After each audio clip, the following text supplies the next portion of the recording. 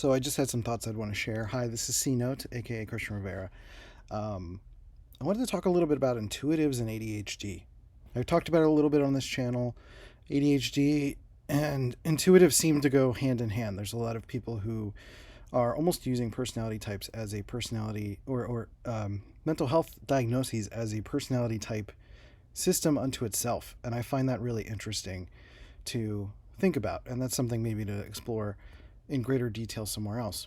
But I had this thought that for myself, I'm always self diagnosing and self exploring. And I realized that one of the major challenges I deal with is sensory overload pretty consistently. Now, this may be a result of actually having ADHD, but we can't discount, especially millennials, people my age, people born maybe 1982 or later until maybe 2010, that we grew up with the advent of the internet and being on screens since we were coming of age.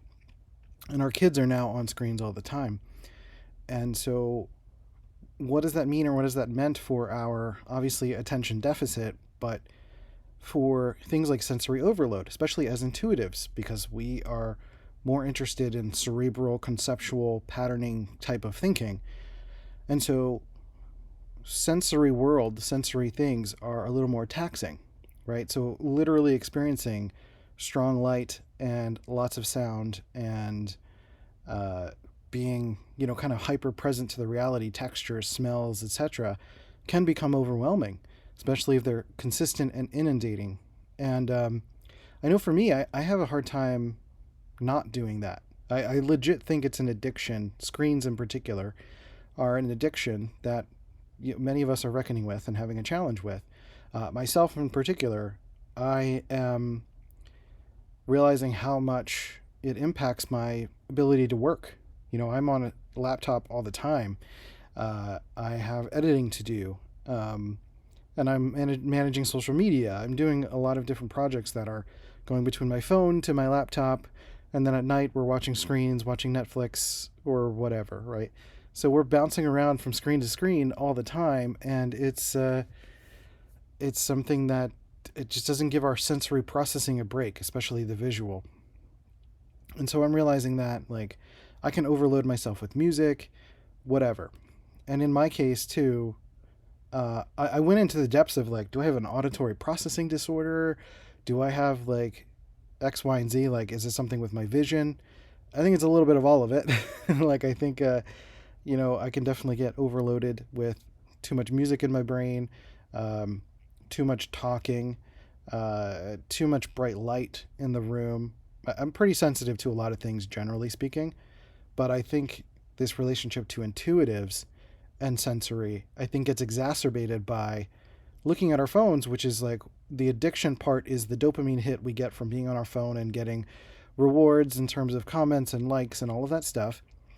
But then the more insidious part is that we're basically staring at a bright light into our retinas all the time. It's like staring at the sun, not as extreme, but you know what I mean? We may not realize, especially because it's lower in our cognitive stack, we may not realize how much sensory data we're taking in. And then by the end of the day, it's why am I so exhausted? Why am I so burnt out? Why do I have a migraine? Why can't I think straight? And I think it's about finding the time to manage our sensory input. I find for me, one input at a time really helps. So if I'm doing, editing and then I have music and my kids are talking and yelling and there's a couple things happening at the same time, that's very overwhelming. And yeah, you can have cognitive function explanations for that. Extroverted sensing is very low in my stack as an INTP. But I think generally speaking, sensory overload is something that anyone can deal with to varying degrees. But as intuitives in particular, I think watching out for that is important. And then giving ourselves time to just get breaks from overloaded sensory input. So simpler sensory input whenever possible. And for me, it's break from screens. It's a It's a break from like blasting music in my ears, which I still do since I was like 17. I just listen to music as loud as possible, and I still do it.